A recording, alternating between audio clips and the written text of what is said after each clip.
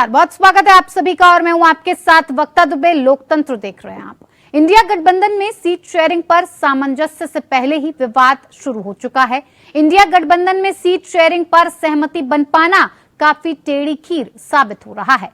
पश्चिम बंगाल में कांग्रेस के प्रदेश अध्यक्ष अधीर रंजन चौधरी ने सीधे टीएमसी प्रमुख और पश्चिम बंगाल की मुख्यमंत्री ममता बनर्जी को निशाने पर लिया है। अधीर ने ममता पर आरोप लगाते हुए कहा कि वो अलायंस ही नहीं चाहती हैं, वो मोदी की सेवा में लगी हुई हैं। उधर टीएमसी ने कांग्रेस अध्यक्ष मल्लिकार्जुन खड़गे को इंडिया ब्लॉक को पीएम फेस बनाए जाने का प्रस्ताव रखा था। आप संयोजक अरविंद केजरीवाल ने इसका समर्थन किया था। हालांकि बाद में खबरें आई कि बिहार के मुख्यमंत्री नीतीश कुमार ममता के प्रस्ताव से नाराज हैं और ऐसे में ये प्रस्ताव आगे नहीं बढ़ सका। इसी पर चर्चा करेंगे। चर्चा के लिए खास मेहमान जुड़ेंगे, लेकिन उससे पहले ये रिपोर्ट देखिए।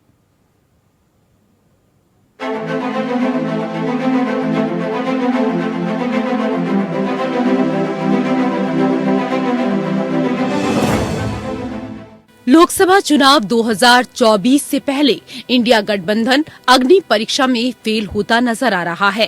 क्षेत्रीय पार्टियां कांग्रेस को भाव नहीं दे रही हैं। पश्चिम बंगाल में ममता बनर्जी के नेतृत्व वाली तृणमूल कांग्रेस ने कांग्रेस को केवल 2 सीटें ऑफर की, तो कांग्रेस सांसद और पश्चिम बंगाल में कांग्रेस के प्रदेश अध्यक्ष अधीर रंजन चौधरी भड़क गए। अधीर रंजन ने टीएमसी सरकार पर हमला बोलते हुए कहा कि ममता बनर्जी मोदी सरकार की सेवा में लगी हैं और वो किसी तरह का गठबंधन चाहती ही नहीं है। सूत्रों की माने तो टीएमसी ने पश्चिम बंगाल में अलायंस में सहयोगी कांग्रेस को सिर्फ 2 लोकसभा सीटों पर चुनाव लड़ने की पेशकश की है। सूत्रों का ये भी कहना है कि चूंकि 2019 के चुनाव में ममता बनर्जी की पार्टी टीएमसी ने राज्य में 43% वोट हासिल किए थे और 22 सीटें जीती थी, ऐसे में टीएमसी चाहती है कि बंगाल में वो प्रमुख पार्टी रहे और उसे सीट बंटवारे पर अंतिम फैसला लेने का अधिकार दिया जाना चाहिए। टीएमसी के इस फॉर्मूले पर कांग्रेस ने कड़ी आपत्ति जताई है। अधीर रंजन ने कहा, पता नहीं किसने ममता से भीख मांगी है, हमने तो कोई भीख नहीं मांगी। ममता खुद ही कह रही है कि वो गठबंधन चाहती हैं। हमें ममता की दया की कोई जरूरत नहीं है, हम अपने दम पर चुनाव लड़ सकते हैं। अधीर रंजन ने आगे कहा, दरअसल ममता गठबंधन ही नहीं चाहती। उन्होंने तंज कसा और कहा, ममता तो मोदी की सेवा में लगी हुई हैं।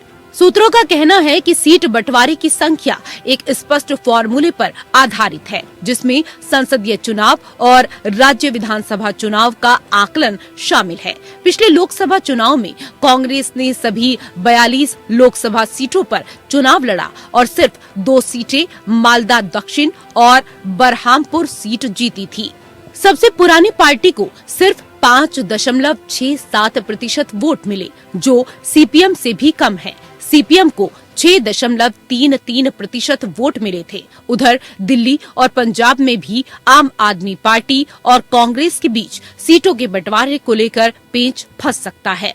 दिल्ली और पंजाब में आम आदमी पार्टी की सरकार है और मतदाताओं के बीच उसकी अच्छी खासी पकड़, जबकि बिहार में जेडीयू और आरजेडी और उत्तर प्रदेश में समाजवादी पार्टी के साथ सीटों का तालमेल बिठाना भी कांग्रेस के लिए टेढ़ी खीर साबित हो सकता है। इससे पहले 19 दिसंबर को दिल्ली में इंडिया अलायंस की चौथी बैठक हुई थी। उसमें टीएमसी ने कांग्रेस अध्यक्ष मल्लिकार्जुन खड़गे को इंडिया ब्लॉक का पीएम फेस बनाए जाने का प्रस्ताव रखा था। आप संयोजक अरविंद केजरीवाल ने इसका समर्थन किया था। हालांकि ये प्रस्ताव आगे नहीं बढ़ सका।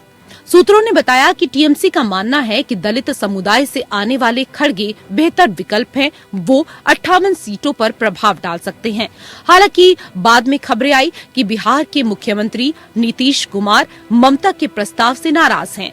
बाद में कांग्रेस नेता राहुल गांधी ने नीतीश से फोन पर बात की। अब उद्धव ठाकरे और कांग्रेस ने नीतीश को संयोजक बनाए जाने की पहल शुरू कर दी है। Bureau report.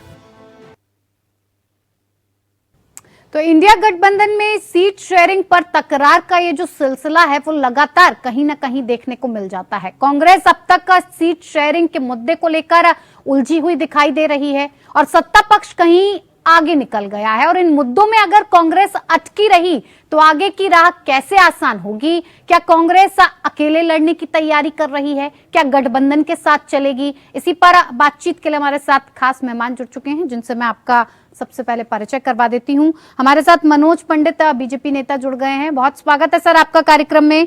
प्रखर सिंह, कांग्रेस प्रवक्ता, हमारे साथ जुड़े हैं। आपका भी बहुत स्वागत है सर। सुमित मेहरोत्रा, टीएमसी के प्रवक्ता हैं, आपका भी बहुत स्वागत है। साथ ही साथ बबीता अहलावत, आप प्रवक्ता, हमारे साथ जुड़ी हुई हैं, आपका भी बहुत बहुत स्वागत है। शुरुआत प्रखर जी आपके साथ करते हैं। आखिर क्या बात है कि लगातार इस बात की खबरें आ रही हैं कि सीट शेयरिंग को लेकर कांग्रेस कहीं पर भी अकेले लड़ने का दम भरती नजर आती है, कहती है कि कोई गठबंधन की जरूरत नहीं है, हम अकेले लड़ने के लिए तैयार हैं। सर, अगर इसी तरीके का रवैया रहेगा प्रखर जी कांग्रेस का, तो क्या लगता है ये गठबंधन जिस उम्मीद के साथ, जिस युवा के साथ खड़े होने के लिए बनाया गया था, वो कामयाब होगा? देखिए, कांग्रेस पार्टी इकलौती ऐसी पार्टी जिसका कश्मीर से कन्याकुमारी तक संगठन है और पिछले लगभग 60 वर्षों तक हम भारतीय जनता पार्टी और एनडीए अलायंस को हराते हुए आए। रही बात सीट शेयरिंग की, तो देखिए कांग्रेस जो इंडिया गठबंधन है उसमें जो पार्टियां हैं, या तो वो अपने प्रदेश में मुख्य विपक्षी दल के तौर पर है या वो सरकार में। दूसरी चीज, एक कमेटी बनी है, इंडिया गठबंधन की कमेटी है जो सीट शेयरिंग पर बात करेगी। हर प्रदेश का नेता चाहता है कि ज्यादा से ज्यादा सीटों पर वो लड़े। प्रदेश नेतृत्व तो अलग चीज चाहते हैं, वो चाहते हैं कि उनकी पार्टी को ज्यादा से ज्यादा सीटें मिले। देखिए, राष्ट्रीय नेतृत्व तय करेगा, चाहे वो कोई भी पार्टी का हो, सब एक साथ बैठेंगे, एक साथ तय करेंगे। और कांग्रेस पार्टी बढ़ती जा रही। आज ही आपने देखा होगा कि जगन मोहन रेड्डी जी की परिवार के लोगों ने ही कांग्रेस पार्टी ज्वाइन कर ली। तो कांग्रेस का कुनबा बढ़ता जा रहा है, इंडिया गठबंधन का कुनबा बढ़ता जा रहा है। और कोई भी पार्टी इंडिया गठबंधन की कहीं पर भी लड़ेगी तो वो इंडिया गठबंधन लड़ रहा होगा। अगर अब कश्मीर से कन्याकुमारी तक तो इंडिया लेकिन अधीर रंजन जी कह रहे हैं कि ममता से हमने कोई भीख नहीं मांगी है, 2 सीट की बात करती हैं तो ना करें, अलायंस नहीं चाहिए हमें, वो तो मोदी की सेवा में लगी हुई हैं। सर, ऐसी बातें होंगी तो कैसे कोई अलायंस में अगर जुड़ा है तो साथ देगा? इंडिया गठबंधन में सीट शेयरिंग का जो फॉर्मूला है वो राष्ट्रीय नेतृत्व तय करेगा। प्रदेश नेतृत्व चाहता है कि ज्यादा से ज्यादा सीटों पर चुनाव लड़े, हर पार्टी चाहती है, हर पार्टी का नेता चाहता है, मगर ये सेंट्रल लीडरशिप तय करेगी कहाँ किसको कहाँ सीटों पर लड़ना है। कांग्रेस पार्टी शुरुआत से आज तक बीजेपी को हराती आई है, मगर इंडिया गठबंधन है, इंडिया गठबंधन। तो अधीर रंजन चौधरी के इस बयान को क्या समझें? प्रखर जी, इसे साफ कर दीजिए। अब देखिए, हर नेता की व्यक्तिगत राय होती है कि ज्यादा से ज्यादा सीटों पर लड़े, और मगर देखिए लोकसभा का चुनाव है, यानी कि अधीर रंजन चौधरी ने जो कहा है वो उनकी व्यक्तिगत राय है, कांग्रेस से इसका कोई लेना देना नहीं है। कांग्रेस पार्टी के नेता हैं, उन्होंने बोला मगर ये लोकसभा का चुनाव है। हाँ। ये लोकसभा के चुनाव में राष्ट्रीय नेतृत्व तय करेगा, इंडिया गठबंधन के लोग सब एक साथ बैठकर तय करेंगे। किस आधार पर तय करेंगे सर? एक बार मुझे जल्दी से बता दीजिए, फिर मैं आगे बढ़ूंगी। किस आधार पर तय करेंगे? ये आधार तो देखिए, ना कोई प्रवक्ता तय कर सकता है, ना कोई एंकर तय कर सकता है। इंडिया गठबंधन का जब एक नेतृत्व एक साथ बैठता है, अगली मीटिंग में सब एक साथ बैठेंगे, उसी में तय होगा। वो ना कोई प्रवक्ता तय कर सकता है, ना कोई एंकर तय कर सकता है। उसके सर, हमें तय करना भी नहीं है, हम सिर्फ सवाल पूछने के लिए आपसे बैठे हैं, तो आप ये बार बार न कहें कि कोई एंकर तय करेगा या कोई प्रवक्ता तय करेगा। सर, आप कांग्रेस को रिप्रेजेंट कर रहे हैं तो यहाँ टीवी पर बैठे हैं और हम आपसे सवाल कर रहे हैं। बताया कि ये शीर्ष नेतृत्व तय करेगा और आज भी आप ही के माध्यम से सबको पता चल जाएगा।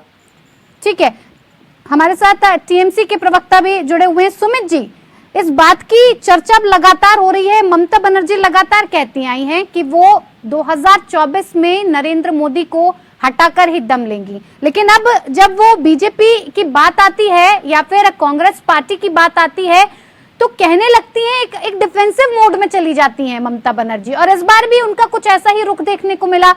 2 सीटों का ऑफर कांग्रेस पार्टी को किया जाता है और कांग्रेस पार्टी साफ तौर पर यह कह रही है कि ममता बनर्जी चाहती ही नहीं है कि कोई अलायंस हो। क्या ऐसा है? ममता बनर्जी नहीं चाहती कि वो गठबंधन का हिस्सा बनी रहे? नहीं, ऐसा नहीं है, कहीं ऐसी बात नहीं। अगर ऐसी बात होती तो आप मुझे बताइए। इनके राष्ट्रीय अध्यक्ष जो है खड़गे जी, उनको क्यों हम लोग कहते हैं कि आप पीएम को दावेदार बनिए? अरे भाई, हम लोग तो चाहते हैं कि अच्छा नाम आए। दीदी चाची तो अपना भी नाम कर सकती थी, मेरे मतलब पर दीदी को नहीं है। दीदी ने कहा कि आप खड़गे जी का नाम प्रपोज करिए और दीदी भी सोचिए और अरविंद केजरीवाल की सोचिए कि हाँ, दीदी ने कम से कम नाम को आगे बढ़ाया, दलित चेहरे को नाम को आगे बढ़ाया। पर आप देखिए कि इनके जो बंगाल के अध्यक्ष हैं MP। तो उनकी पार्टी पहली ऐसी लग रही है कि जैसे पता नहीं MP है क्या है, किस तरीके से पार्टी पहली हमें अच्छी नहीं लगी। अगर आपको नहीं गठबंधन करना तो मत करिए, आप लड़क से देख लीजिए वहां पे बंगाल में। नहीं, प्रदेश अध्यक्ष अधीर रंजन चौधरी ने ये कहा जब देखिए सुनिए सुमित जी, जब ये बात सामने आई कि ममता बनर्जी या फिर टीएमसी की तरफ से, बंगाल की तरफ से इस बात की पेशकश है कि 2 सीटें वो कांग्रेस को ऑफर कर रही है, तो इस पर साफ तौर पर कांग्रेस भड़क गई और प्रदेश अध्यक्ष अधीर रंजन चौधरी ने साफ तौर पर कहा है कि ऐसा लगता है कि ममता बनर्जी इस गठबंधन का हिस्सा रहना ही नहीं चाहती हैं, वो सिर्फ मोदी की सेवा में लगी हैं और ये 2 सीट जो आप देने की बात कर रहे हैं वो उन्हें भीख में नहीं चाहिए। देखिए, सबने देखा है अभी 3 राज्यों के चुनाव हुए थे, मध्य प्रदेश, छत्तीसगढ़, राजस्थान। तो आज कांग्रेस ने अकेले लड़के देखा ना, अगर समाजवादी मात्र सीटें मांग रही है गठबंधन में तो आपको देने की क्या परेशानी थी? ये कांग्रेस खुद नहीं चाहती है कि और जो क्षेत्रीय दल या अलग अलग पार्टी है वो हमारे संग में आकर जो है हम लोग अकेले ही लड़ेंगे, ये कांग्रेस की भूमिका है। और हम जब चाहते हैं कि कांग्रेस अगर ऐसे ही करना चाहती है तो आप लोग हमारे संग में मना कर हम लोग अकेले भी लड़ सकती है।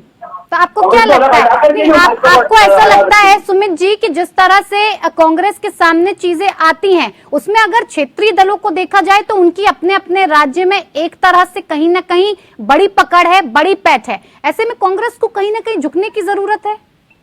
नहीं, देखो कांग्रेस अगर छोटा बड़ा दल अपने आप को बड़ा मन लेकर के आगे आए काम करेगी तो सभी दलों के लिए अच्छा होगा, हम लोग अच्छे से चुनाव लड़ पाएंगे इंडिया गठबंधन के लोग। देखिए, जहाँ जो दल मजबूत है, जैसे आप समझे उत्तर प्रदेश में समाजवादी दल मजबूत है तो उसे हम लोग ज्यादा सीटें रखेंगे लोग। ठीक है, समझ गए सुमित जी। ठीक है। बबीता अहलावत जी भी हमारे साथ है। बबीता जी, कुल मिलाकर जिस तरह से टीएमसी का कहना है वही आम आदमी पार्टी का कहना है, वही बंगाल में ममता बनर्जी का कहना है, अगर ज्यादा आगे चले तो बिहार में नीतीश कुमार जी का भी यही कहना है, उत्तर प्रदेश में अखिलेश यादव का भी यही कहना है कि अगर सीटें देनी है तो जहां पर मजबूती है वहां पर क्षेत्रीय दल को ज्यादा वरीयता देनी चाहिए। ऐसे में आम आदमी पार्टी अगर दिल्ली पंजाब की बात की जाए तो किस तरह से लड़ने के लिए तैयार होगी? सीट शेयरिंग का मुद्दा तो इंडिया गठबंधन में सुलझता नजर नहीं आ रहा। बबीता जी, आवाज पहुंच पा रही है आप तक? बबीता जी से हमारा संपर्क टूट गया है, उनसे दोबारा संपर्क करने की कोशिश करेंगे और उनसे सवाल आगे लेंगे, लेकिन हमारे साथ मनोज पंडित जी भी जुड़े हुए हैं। मनोज जी, कहीं ना कहीं बीजेपी को ये सारी गठबंधन के सामने जो चुनौतियां आ रही हैं, इन्हें देखकर कहीं राहत महसूस नहीं हो रही है आपको? उत्तर जी, आप ये देखिए कि हम लोग तो शुरू से कहते ही आ रहे हैं कि अभी सीट कैसे, इनकी सीट का आंकड़ा क्या रहेगा, कैसे ये बांटेंगे, और अगर सीट भी बांट ली तो प्रधानमंत्री का नाम कैसे तय करेंगे और कन्वीनर कैसे बनाएंगे, ये तो सब आप देख ही रही हैं। इतने दिनों से एक ही चीज चल रही है कि किस चीज को कैसे प्लान करना है। और आप देखिए, ममता बनर्जी अपना राज गा रही है, आम आदमी पार्टी अपनी कहानी सुना रही है, कांग्रेस अपनी कहानी सुना रही है, और जो कांग्रेस बयान दे रही है वो कांग्रेस के बड़े नेता हैं। अधीर रंजन चौधरी कोई छोटे नेता नहीं है, नेता विपक्ष रहे हैं और बहुत बड़े नेता हैं। उनकी बात को अगर दरकिनार कर रहे हैं कांग्रेसी, तो मुझे लगता है कि ये कहीं ना कहीं इनमें आपस में ही समावेश नहीं है कि चीजों को कैसे बनाया जाए। और हमें भारतीय जनता पार्टी को चिंता करने की आवश्यकता, हम क्यों चिंता करेंगे? हमने तो जनता के लिए काम किया है, हमने चीजें की हैं और हमारी मेहनत और हमारी चीजों को जनता ने कंसीडर किया उसको। आप ये देखिए, 5 राज्यों के चुनाव में 3 राज्यों में पूर्ण बहुमत की सरकार हम लोगों ने बनाई, तो ये कहीं ना कहीं जनता के दिलों में जो जगह है मोदी सरकार के लिए वो प्रत्यक्ष दिखती है, वो चीजें नजर आती हैं। आपका कहने का मतलब ये है कि कहीं ना कहीं कांग्रेस पार्टी अपने आप को या अपनी योजनाओं को, अपने कामों को उस तरह से जनता के सामने प्रोजेक्ट नहीं कर पा रही है जिस तरह से उसे करना चाहिए। काम किए ही नहीं ना वक्ता जी, काम किए हो तो प्रोजेक्ट करें। क्या काम किया मुझे बताइए? क्या कुछ काम करेंगे तो प्रोजेक्ट करेंगे ना आप।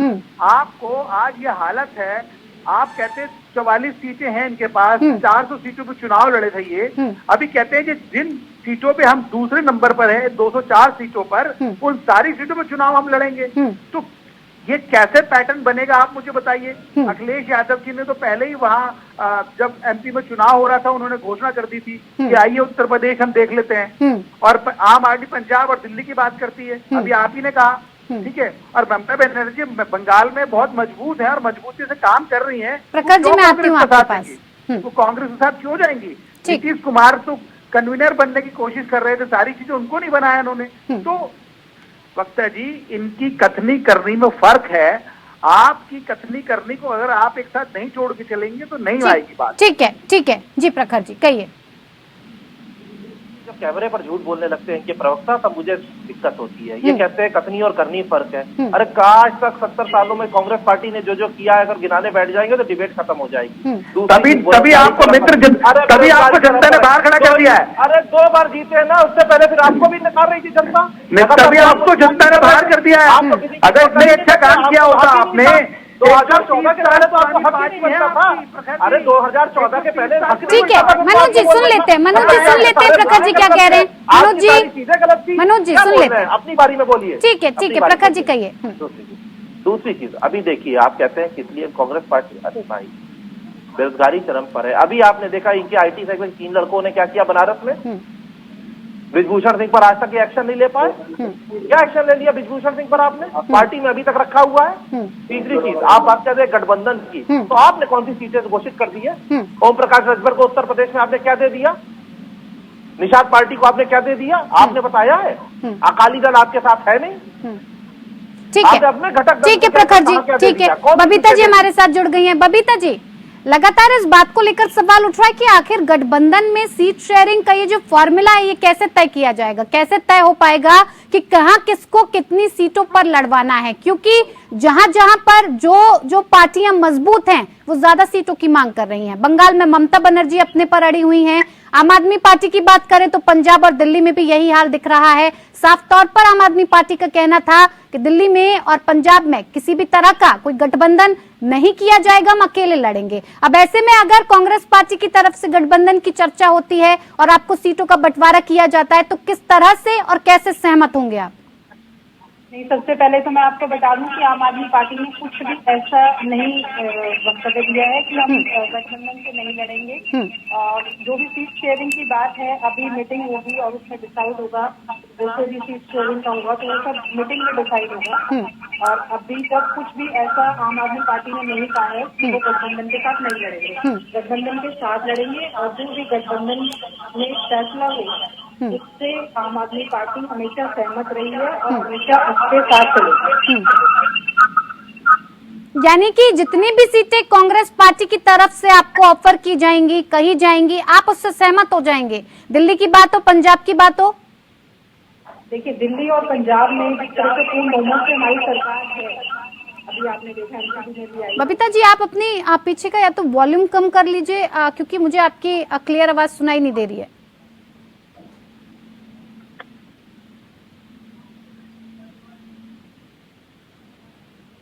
बबीता जी, आवाज पहुंच रही है?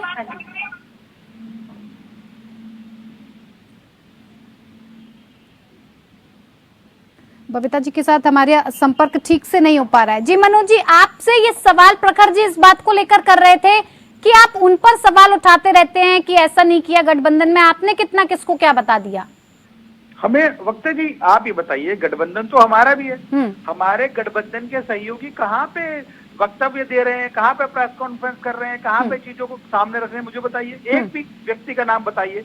और अगर इनके गठबंधन के लोग अगर इनके अगेंस्ट बोलते हैं और इनके फेवर में नहीं बोलते हैं, तो ये कहते हैं कि भारतीय जनता पार्टी बातों को उठाती है, चीजें ऐसी करती है। तो कहीं ना कहीं अगर चीजें खराब हैं तो मीडिया में आ रही हैं और चीजों को पता चल रहा है कि भाई इनके साथ इनके जो गठबंधन के लोग हैं वो इनकी नीति और नीयत से सहमत नहीं है। अभी इन्होंने कहा कि हमने इतना काम किया, इतनी सारी, अरे आपने काम किया होता, मैं मानता हूँ 130 साल पुरानी पार्टी है, आए दिन 12 साल 10 साल पुरानी पार्टी से हाथ जोड़ के आपको कहना पड़ रहा है आप 2 सीटें दे दीजिए या 4 सीटें दे दीजिए। तो आज आप यहाँ पर आ कैसे गए, ऐसी पोजीशन कैसे हुई, इस बात पे मंथन करना चाहिए आपको। आपको इस बात पे मनन करना चाहिए कि हमें अब आगे चीजों को कैसे बनाना है। आप व्यक्ति से लड़ाई मत कीजिए, आप सिद्धांतों को, आप मुद्दों की बात कीजिए ना।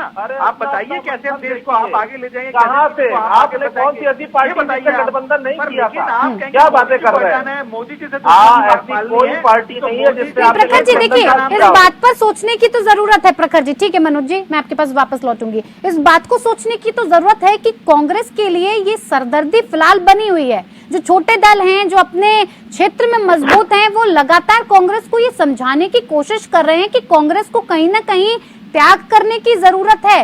ये दिखाना पड़ेगा बड़ा दिल कहीं ना कहीं आपको, तभी ये गठबंधन काम कर पाएगा और एक साथ जुड़ पाएगा। नहीं लगता आपको?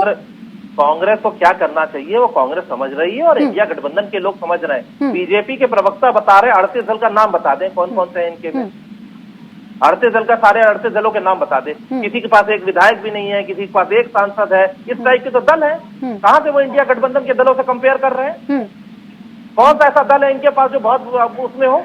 एक चाचा को रख रहा है, एक भतीजा को रख रहा है, दोनों के पास कितनी पार्टी है, कितने सांसद है, बता दें। आप बता दीजिए, कंपेयर कर लीजिए। तो देखिए, अगर वो एक एक विधायक वाली पार्टियों को जोड़ के अगर इतना बड़ा गठबंधन दिखा दे रहे हैं तो अंतर है। हमारे यहाँ जो पार्टियां हैं वो या तो अपने स्टेट में मुख्य विपक्षी दल पर है या सरकार में है। तो इसीलिए तो सर आपको सबसे ज्यादा दिक्कत का सामना करना पड़ रहा है। सर इसी बात को तो लेकर सवाल है, कैसे निपटेंगे? वो हमारी मीटिंग में डिसाइड होगा ना। कब होगा सर? कौन किस पर लड़ेगा? सब अपने अपने बयान देने में मस्त हैं, सब बयानबाजी कर रहे हैं, किसको कहाँ कितनी सीटें चाहिए, और आप लगातार जब भी सवाल किया जाता है एक ही बात कहते हैं, मीटिंग हो रही है, चर्चा हो रही है। इंडिया गठबंधन में चर्चा हो रही है तो हम बता देंगे ना कहाँ पर कौन सा लड़ रहा है। और आज अगर इनको कैंडिडेट बता दे, सीट बता दे, तो कल से इनका election department of India ED चालू हो जाएगा। और ये रिपोर्ट है इंडियन एक्सप्रेस की 90% से ऊपर केसेस इन्होंने अपोजिशन पर लगाए। तो ये लोग तो इस टाइप के लोग हैं ना। कब तक चर्चा चलेगी? अगर बात आंकड़ों पर कर ले या आंकड़ों पर नजर डाल लें तो 2019 में टीएमसी ने बंगाल में 22 सीटें जीती थी और अगर 43% वोट उससे मिले थे और कांग्रेस ने बंगाल में 2 सीटें जीती, तो ऐसे में क्या नहीं लगता आपको टीएमसी जिस तरह की मांग कर रही है, जिस तरह से वो चाह रही है, उस तरह से कांग्रेस को निपटना चाहिए? देखिए, इसमें तो कोई शक ही नहीं है कि टीएमसी पश्चिम बंगाल मजबूत है, उसके सांसद ज्यादा है। हाँ। इसमें कोई शक नहीं। हम साथ में बैठ रहे हैं और जो डिस्कशन हम इंडिया गठबंधन की मीटिंग में करेंगे वो न्यूज चैनल पर तो नहीं करेंगे। कौन सी सीट पर कहाँ क्या लड़ा जाएगा। न्यूज चैनल पे अगर आप बैठे हैं तो इस बात का तो खुलासा करेंगे ना, देश को तो बताएंगे ना कि ये गठबंधन जिस चीज के लिए बनाया गया उसमें क्या चल रहा है। इंडिया गठबंधन, अब देखिए टीएमसी ने तो ये तो नहीं कहा कि वो इंडिया गठबंधन के बाहर है, ना आम आदमी पार्टी ने बोला है या इंडिया गठबंधन के किसी भी दल ने बोला है कि हम इंडिया गठबंधन से बाहर जा रहे हैं, चाहे नीतीश कुमार जी हो। देखिए अफवाहें चलती रहती है। सीट शेयरिंग तय करेगा शीर्ष नेतृत्व, जो की बात कर रहा है आप। तो अफवाह के ऊपर अधीर रंजन ने इतना बड़ा बयान दे दिया प्रखर जी।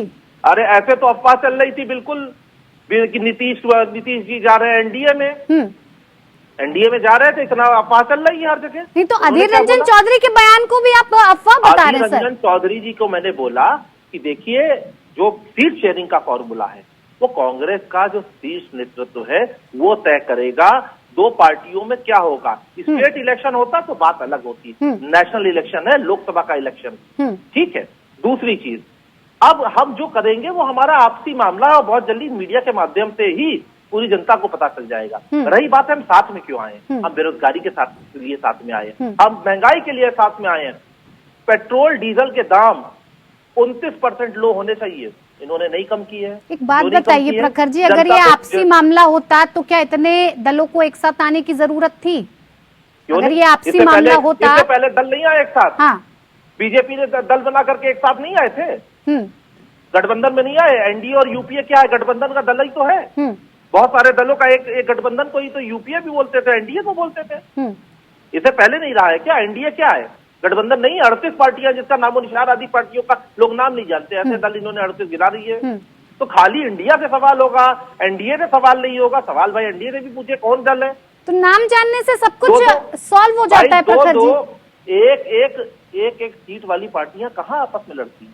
जिनके पास सर, ज्यादा आप होता है, मेरे सवाल का जवाब नहीं, प्रखर जी, आप मेरे सवाल का जवाब नहीं दे रहे हैं। इस बात को अभी खुद सुमित जी ने भी कहा कि जहां पर अगर मजबूती है और बात अगर सीटों की जाए तो ममता बनर्जी अगर 2 सीट ऑफर कर रही है तो इस पर इतना बड़ा बयान देने की क्या जरूरत थी? सीट शेयरिंग, भाई सीट शेयरिंग का फॉर्मूला राष्ट्रीय नेतृत्व आपस में अभी मीटिंग में डिसाइड कर लेगा। होना होगा होगा, नहीं होना होगा नहीं होगा, मगर ये डिसाइड राष्ट्रीय नेतृत्व करेगा और वही उस पर कुछ टिप्पणी कर सकता है। उसके बाद ही हम लोग बोल सकते हैं आपसे। ठीक है बबीता जी, इंडिया गठबंधन की अगली मीटिंग में होगा डिसाइड। सर मीटिंग तो हर रोज होती है आप लोगों की, लेकिन जब देखा जाता है तो कुछ भी नहीं उसको मीटिंग का कोई। भाई पूरे देश का चुनाव है ना, तो राज्य वाइज बबीता जी आप कितना सहमत हैं कांग्रेस की इस बात से? देखिए, मैं कांग्रेस की बात पे कोई टिप्पणी नहीं करना चाहती, क्योंकि सबका अपना अपना सोच है, अपनी अपनी विचारधारा है, और कांग्रेस की विचारधारा अपनी है, हमारी अपनी विचारधारा है, और इसके लिए हम कांग्रेस के ऊपर मैं कोई भी टिप्पणी नहीं करना चाहती। बस हमारा ये है कि जो भी गठबंधन में डिसाइड किया जाएगा सीट शेयरिंग का, जैसे भी होगा सब मीटिंग में डिसाइड होगा और उसके बाद सारी चीजें डिक्लेयर की जाएंगी। अभी ऐसा कुछ भी डिसाइड नहीं हुआ है सीट शेयरिंग के बारे में, और लोगों को बस एक मुद्दा दिया गया है कि कांग्रेस ये कह रही है और बीजेपी ये कह रही है, क्योंकि बीजेपी का तो एक ही काम होता है, एक ही एजेंडा होता है कि किसी तरीके से मिसलीड करना है, सभी लोगों को मिसलीड करना है। तो अभी तो कुछ भी ऐसा डिसाइड नहीं हुआ है कि कौन सी सीट पे, कहाँ पे, कौन सी बात पे मिसलीड करना है भारतीय जनता पार्टी का, जिससे मैं मनोज जी से पूछता हूं। इंडिया गठबंधन में ये हो रहा है, अब इंडिया गठबंधन में आपस में लोगों की सहमति नहीं हो रही है, इसलिए मिसलीड करती है। हमेशा बीजेपी का एक ही मुद्दा रहता है कि जनता को मिसलीड करना है किसी ना किसी तरीके से। वो हमेशा कभी भी मुद्दों की राजनीति तो करती नहीं है, ना कभी शिक्षा पे बात करेगी, ना कभी स्वास्थ्य पे बात करेगी। हमेशा बीजेपी का एक ही एजेंडा रहता है कि किस तरीके से कांग्रेस के लिए नेगेटिव बोला जाए या आप पार्टी के लिए नेगेटिव बोला जाए और जनता के बीच में एक नेगेटिव मैसेज भेजा जाए, जिससे कि लोगों को ये लगे कि इनका गठबंधन मजबूत नहीं है। लेकिन हमारा गठबंधन बहुत ही मजबूती से चल रहा है, मैं आपको बताना चाहती हूँ। और सीट शेयरिंग का मुद्दा है, उसके लिए मीटिंग होगी, जो भी डिसाइड होगा। आपको लगता है कि जनता इतनी बेवकूफ है, ये मिसलीड करेंगे भारतीय जनता पार्टी वाले, और 140 करोड़ जो जनता भारतवासी बैठे हैं वो इनकी मिसलीडिंग में और मिसगाइडिंग में आ जाएंगे, ऐसा लगता है आपको? जनता बिल्कुल भी बेवकूफ नहीं है, लेकिन आज के टाइम में मीडिया ने और बीजेपी ने एक एजेंडा बस बनाया हुआ है अपना कि ऑपोजिशन को किस तरीके से बदनाम किया जाए, इस गठबंधन को किस तरीके से तोड़ा जाए, ताकि बार बार नेगेटिव एक मैसेज आके जनता के बीच में ये बोले तो मीडिया सबसे अच्छी, और अगर आपके ऊपर सवाल उठाकर किसी सवाल को कर ले तो मीडिया मोदी मीडिया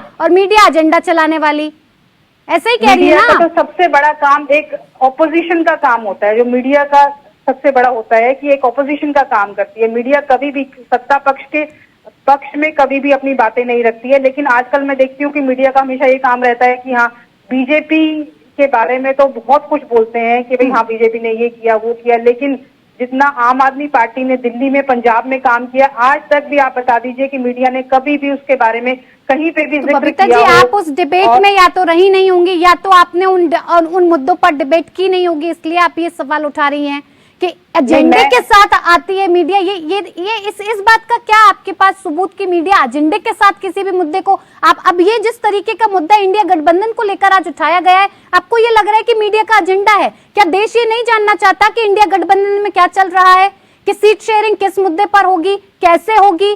जिस बात को लेकर आपने इंडिया गठबंधन बनाया है कि ये जो भारतीय जनता पार्टी सत्ता पक्ष में बैठी है उसे उतार फेंकना है, तो इसकी जरूरत नहीं है जानने की? डिसाइड नहीं हुआ है, मीटिंग होगी, मीटिंग में डिसाइड होगा, सीट शेयरिंग का भी सब कुछ होगा।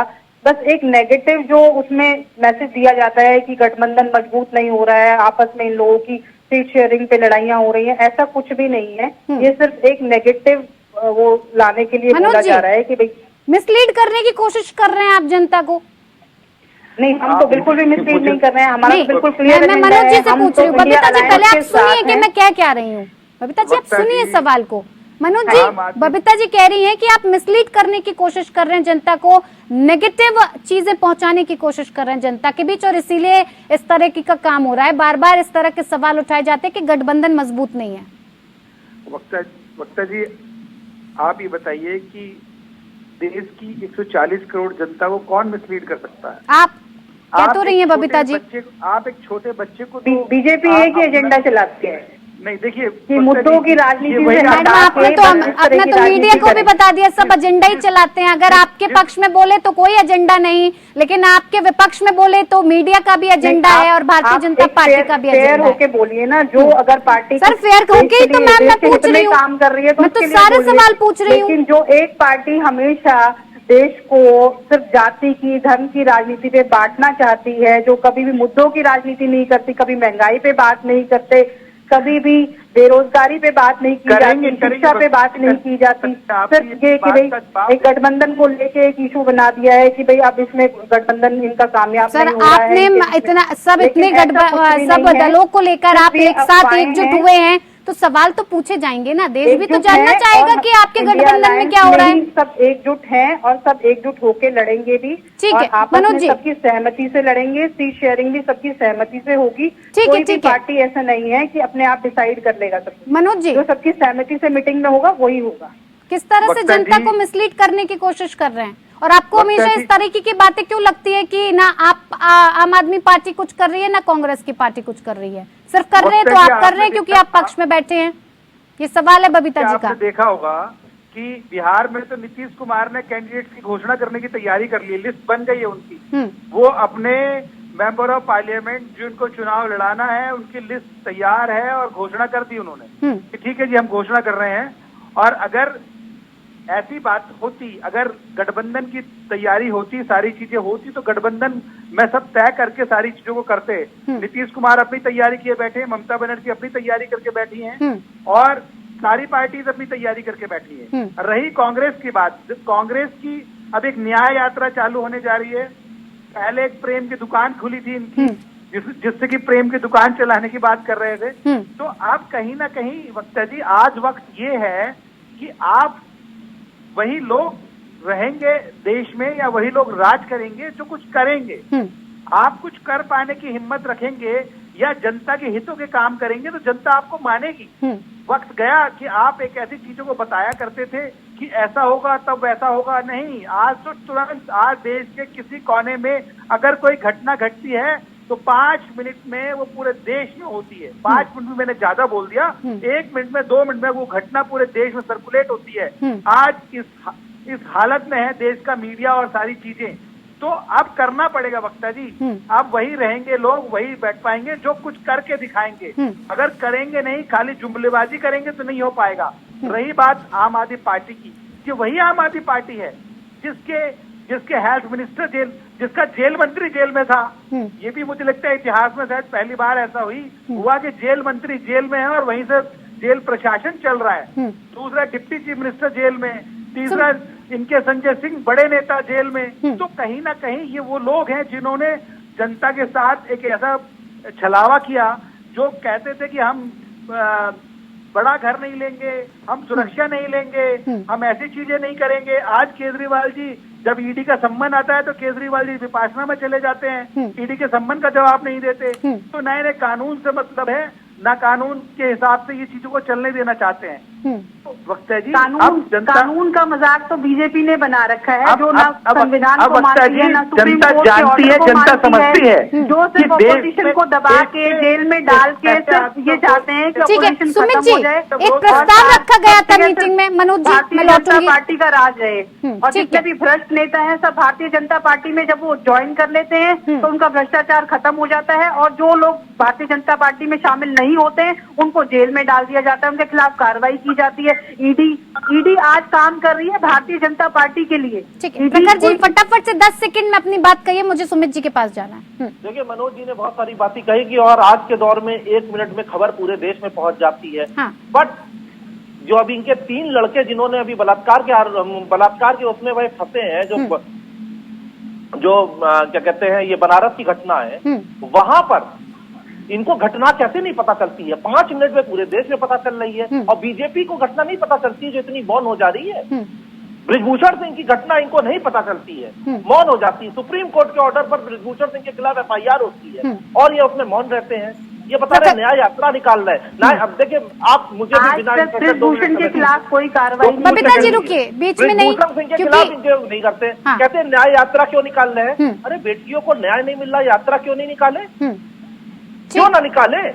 इस देश में जब सत्ता पक्ष के प्रधानमंत्री मौन हो जाते हैं, जिन बेटियों को कहते थे मेडल जीतने के बाद तुम मेरी बेटी हो, अब वो जब बैठी हुई थी जंतर मंतर पर, उनके ऊपर पुलिस ने जब वो सब कार्रवाई करी, तब प्रधानमंत्री क्या कर रहे थे?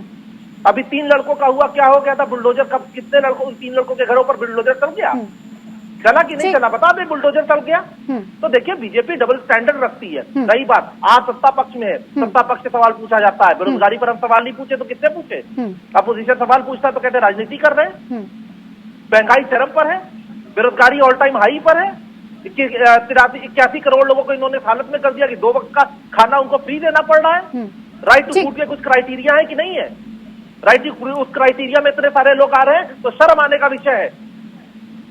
ठीक है, और सत्ता पक्ष कहता सवाल क्यों पूछ रहे हैं, न्याय यात्रा क्यों निकाल रहे हैं? सुमित जी, जिस तरह से मीटिंग में खड़गे का नाम आगे किया गया प्रधानमंत्री पद के तौर पर, ममता जी उससे सहमत नजर आती हैं, केजरीवाल जी उससे सहमत नजर आते हैं, तो क्या इस बात को लेकर सीटों की जब बात आती है तो इस पर भी आप उतने ही सहमत नजर आएंगे? बताइए, देखिए ये सीट शेयरिंग का मसला जो है सब हाई लेवल पे है। ना मैं इससे कोई टिप्पणी करूंगा, ना कांग्रेस की कोई प्रवक्ता को करनी चाहिए, लेकिन सब आपसी समझौते से ही सारे काम होंगे। हम लोग की कमेटियां बनेगी, कमेटियां ही तय करेंगी कौन सा व्यक्ति कहाँ पे लड़ेगा, कौन सा व्यक्ति कहाँ पे मजबूत है, उसे वहां पे उतारा जाएगा। अब देखिए रही बात बंगाल की, तो बंगाल के अंदर टीएमसी मजबूत है। दीदी ने कुछ जो फॉर्मूला रखा है सोच समझ के रखा है। देखिए दीदी, अगर कांग्रेस ने कहा कि हाँ नहीं दीदी मजबूत नहीं, तीसरी बार हम लोगों ने सरकार बनाई, फुल सरकार बनाई है, कांग्रेस अगर चाहती तो कांग्रेस भी बना सकती थी। कांग्रेस को वहां पे डिनाई बिल्कुल रेगुलेट कर दिया गया और सीपीएम को भी कर दिया गया। भाजपा वहां पे आ गई तो कांग्रेस का जो वोट था वो भाजपा के पास चला गया। बंगाल में हम टीएमसी मजबूत है और आगे भी मजबूत रहेगी। हम लोग ये चाहते हैं कि टीएमसी वहां पे ज्यादा सीटों पर लड़ेगी, कांग्रेस को हम सीटें दे रहे हैं। अच्छा, ये लगातार खबर आ रही है और लगातार इस बात को लेकर भी कहते हैं कि सारी अफवाहें, ममता बनर्जी ने 2 सीट का जो ऑफर दिया है, ये खबर सही है सर? देखिए पत्ता जी, ये चीजें मैं कह रहा हूँ ना, ये हाई लेवल मीटिंग होगी, तय होगा कि उन्हें 2 मिलेगी, 4 मिलेगी, 10 मिलेगी, ये अलग विषय है। ये जब मीटिंग में तय होगा तो आप लोगों को, सब लोगों को मालूम चलेगा, भाजपा को मालूम चलेगा कि बंगाल में दीदी ने कितनी सीटें कांग्रेस को दी है। ये मसला नहीं है। सर आप टीएमसी को ही कर रहे हैं ना रिप्रेजेंट यहाँ पर, तो हम सवाल किससे करें? सीधा ममता बनर्जी से जो जाके सवाल करेंगे नहीं ना।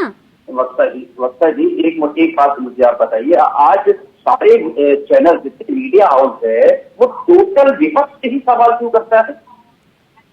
जो सरकार में है उनसे कोई सवाल नहीं। आप मुझे बताइए, 5 लोगों ने संसद के ऊपर हमला करा, उसका कोई आज तक कुछ नहीं है। कहाँ चल रहा है मीडिया के ऊपर? आपको ऐसा क्यों लगता है, सारे विपक्षी दलों को इस बात का क्यों ऐसा लगता है कि सिर्फ और सिर्फ सत्ता पक्ष की बात होती है, विपक्ष के मुद्दे नहीं उठाए जाते? सर आप लोग तब कहाँ होते हैं जब इन मुद्दों को लेकर बातचीत होती है? हमला होता है।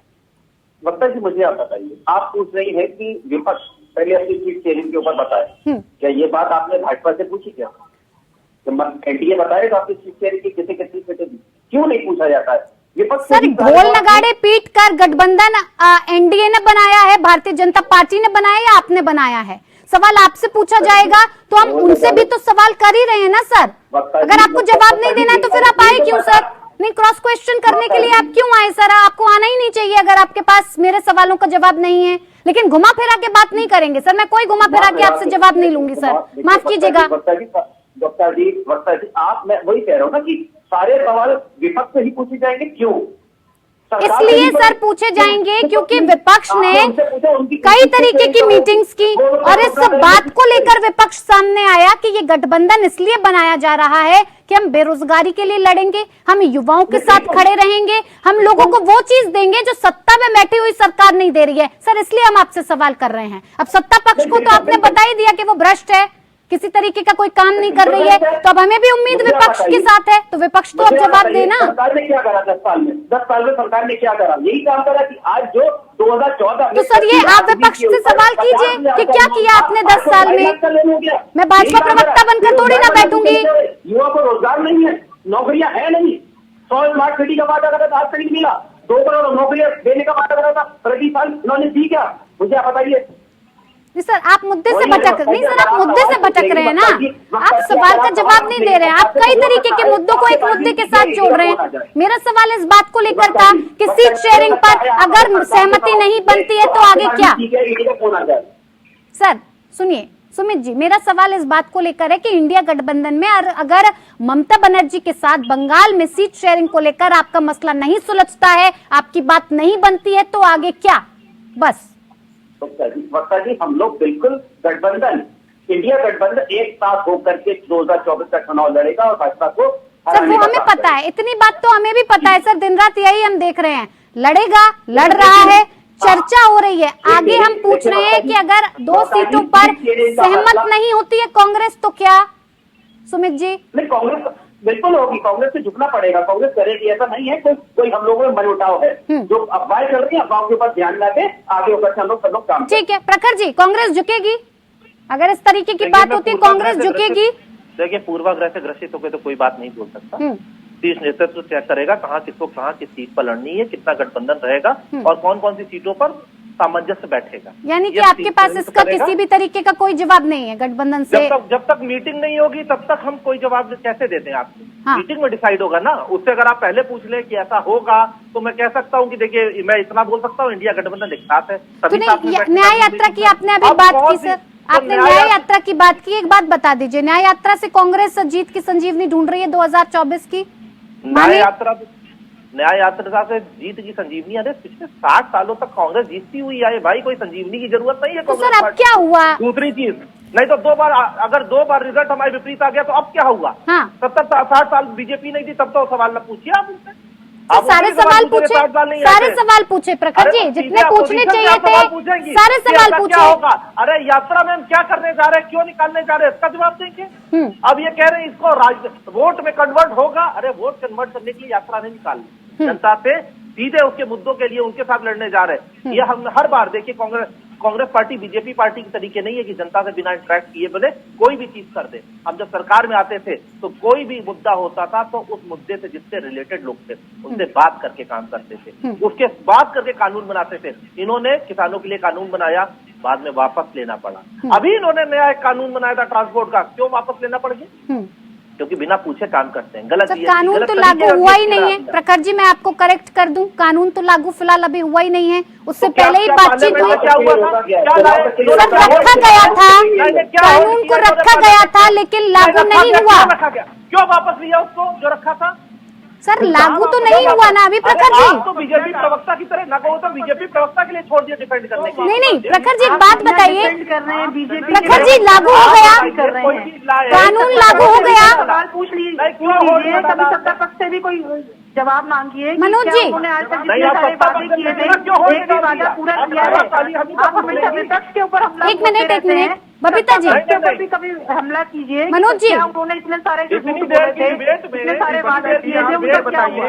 कानून बन गया, आप खाली अपोजिशन से ही सवाल पूछ रही है। बना दिया, आईपीसी सीआरपीसी में चेंजेस कर दिए गए, जिसमें से 150 MP बाहर थे जिनसे वोटिंग नहीं कराई गई और अपने आप बैठ के कानून बना दिया गया। ये लोकतंत्र की हत्या है, ये संविधान की हत्या है। जवाब दीजिए मनोज जी। हत्या है। बीजेपी सिर्फ लोकतंत्र की हत्या करना चाहती है, बीजेपी विपक्ष को बिल्कुल खत्म करना चाहती है और विपक्ष से इतनी ज्यादा डरी हुई है कि अगर उनको नहीं काबू कर सकते तो उठा के जेल में डाल दो। झूठे एलिगेशंस लगाती है जहां पे कोई भी उनको मिलता नहीं है, विपक्ष के खिलाफ कोई और मुद्दा नहीं है, तो झूठे एलिगेशंस लगा के उनको जेल में डाल दें, क्योंकि उनको डर है कि अगर ये बाहर रहे तो हो सकता है कि हम हार जाए। तो इसलिए ठीक है मनोज जी, का एक ही जवाब दीजिए कि विपक्ष को दबाया जाए, विपक्ष को खत्म किया जाए। हाँ ठीक।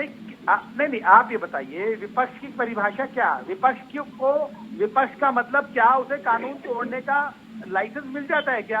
कानून कहाँ टूटे हैं? आप बताइए, प्रूफ हो गया 1 साल से मनीष सिसोदिया जेल में है, आज तक उनके खिलाफ एक भी चीज प्रूफ नहीं कर पाए हैं, चार्जशीट फाइल नहीं कर पाए हैं, कुछ भी एलिगेशन नहीं है। इतनी जगह 500 से ज्यादा रेड हो चुकी है, कहीं पे एक पैसा नहीं मिला है। झूठे एलिगेशन लगा के संजय सिंह को अंदर कर दिया गया, पहले सिसोदिया जी को अंदर कर दिया गया, कुछ भी चार्जशीट में उनके खिलाफ नहीं आया, एक पैसे की रिकवरी नहीं हुई है, सिर्फ विपक्ष को डराया जाता है। अगर वो आज बीजेपी ज्वाइन कर दें तो उनके खिलाफ कोई चार्जशीट फाइल नहीं होगी, कोई एलिगेशन नहीं होगी। कितने बड़े बड़े नेता जो हमेशा बीजेपी शोर मचाती थी कि नहीं घोटाला किया, व्यापक घोटाला किया, क्या हुआ?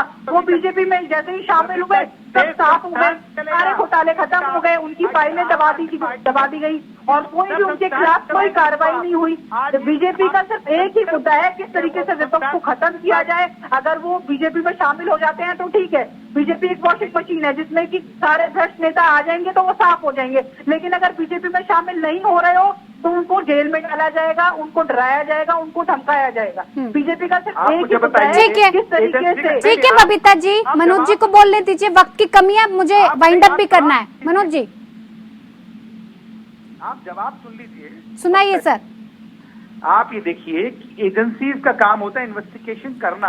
एजेंसी का काम न जेल में डालना है न निकालना है। यहाँ एजेंसी भी बीजेपी के लिए काम कर रही है। नहीं, मुझे लगता है आप कानून के ईडी और सीबीआई बीजेपी के लिए काम कर रहे हैं। जो भी नोटिस निकलते हैं मुझे लगता है कि बीजेपी के दफ्तर से दिए जाते हैं, बजाय कि ईडी ऑफिस से या सीबीआई से नहीं नोटिस आते हैं, बीजेपी के दफ्तर से दिए जाते हैं ये नोटिस।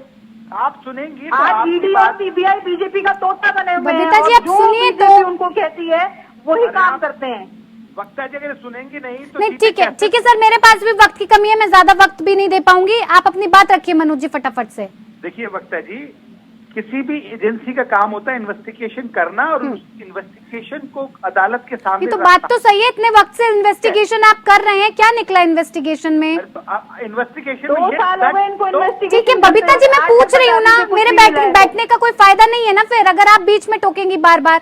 मैं पूछ रही हूँ ना सवाल, इतने वक्त से इन्वेस्टिगेशन चल रही है, क्या निकला सर? आप देखिए बबीता जी, इन्वेस्टिगेशन में बहुत सारे सबूत ऐसे मिले हैं जिनमें इनकी संलिप्तता पाई जाती है। क्या आपने क्या बताया, आपने क्या सामने रखा इससे जुड़ा हुआ? आप ये देखिए, अदालत अगर सबूत ना होते तो अदालत जमानत दे देती ना वक्ता जी। अगर सबूत ना दिए जाते, एजेंसीज अगर सबूत ना देती तो कोर्ट उनको आप ये चलो high court, supreme court, district अदालत, सारी अदालतों ने उन्हें जमानत नहीं दी तो एजेंसीज ने मजबूत सबूत रखे हैं अदालत के सामने, इसलिए तो जमानत नहीं मिली उनको। ठीक है, सुमित जी कुछ कहना चाह रहे हैं। जी सुमित जी फटाफट से कहिए। वक्ता जी देखिए, 10 साल हो गए हैं, विपक्ष को उठा करके अंदर डालने का काम इनकी एजेंसी कर रही है। होता है जो काम ये लोग पहले कहते थे, विपक्ष में ये लोग रहते हैं भाजपा वाले तो बहुत अच्छा काम करते हैं, पर इनका एक ही टारगेट है कि 2024 तक जितने नेता बाहर हैं, चाहे वो केजरीवाल जी हो, चाहे ममता बनर्जी हो, चाहे किसी भी प्रदेश का सीएम हो, तो उसे उठा करके जेल में डालना और अपनी लाइन बिल्कुल क्लियर करके हमें सरकार बनाना। क्या भ्रष्ट नेता इनके जितने भी हैं बाहर ठहर रहे हैं, आप मुझे बताइए इनके संसद के ऊपर क्या कार्रवाई हुई, जिसने हमला करवाया संसद के ऊपर, उन 5 लोगों का क्या हुआ? अगर आज वो 5 लोग भी भाजपा की सदस्यता ले लें तो हो सकता है वो लोग भी बाहर आ जाएंगे। ठीक है, ये पार्टी वॉशिंग मशीन बन चुकी है, शामिल कर लिया। ठीक है, बहुत बहुत धन्यवाद आप सभी मेहमानों का हमारे साथ इस खास पेशकश में जुड़ने के लिए। लोकतंत्र में फिलहाल इतना ही, नमस्कार।